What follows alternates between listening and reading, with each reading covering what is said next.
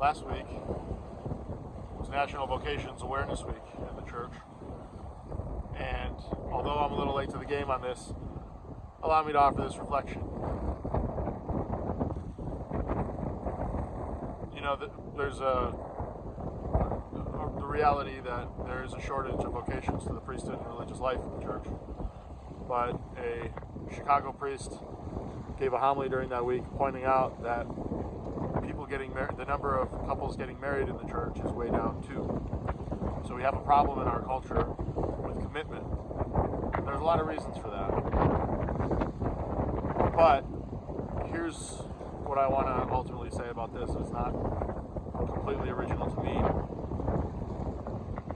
But we can't merely pray for vocations to the priesthood and religious life. Just like that. Oh, please send us more priests. Please send us more religious.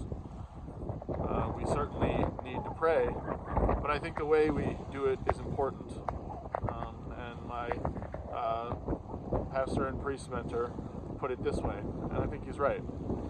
We need to pray that fire come down from heaven in order to convict us all. We need to pray for a fertile soil from which vocations can grow. Now, and that's the way in which we need to pray for an increase in holy vocations to the priesthood, the religious life, and to marriage. What's the difference? The difference is that praying this way is a reminder that we all have a place in this. We all have responsibility here, and it isn't just for priests and religious to do the work of sharing the gospel, and it isn't just for priests, religious, and celibates to be holy.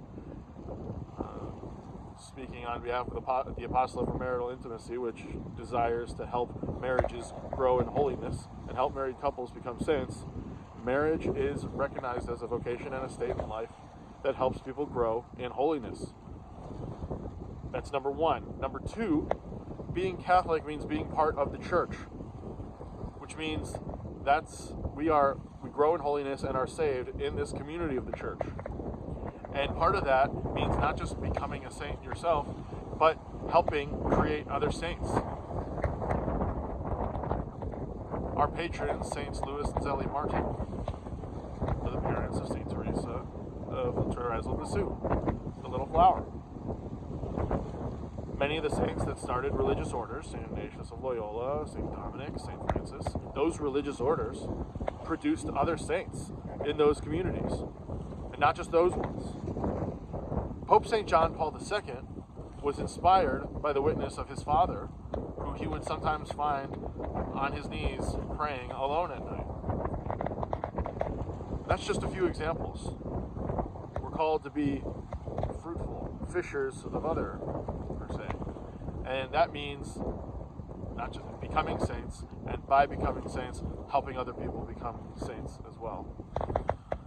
Because our gifts, our state in life, our vocation aren't just for us. No, the vocations of religious life, the priesthood, and of marriage are the vocations of service to the church. And those vocations, by being service to the church, are to help others grow in holiness. And so we need to pray that the fire of God come down to convict us all, like it did on Pentecost.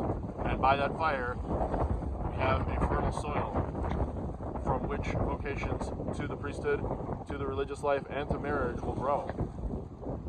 And people will have a sense of wonder and awe at the divine divinity of God and His creation. And by that, be inspired to make a gift of themselves, which is what vocation is all about. And finally, vocation is a means to holiness and our salvation. And that's the primary vocation. And so that's the means by which we should pray for an increase in vocations to the priesthood and religious life. And if we pray that way, number one, we'll gain clarity in our own role, even if we're not called to be a priest or religious. And if we have to spend the time waiting to enter into our own vocation, whatever that is. And number two, the numbers will take care of themselves.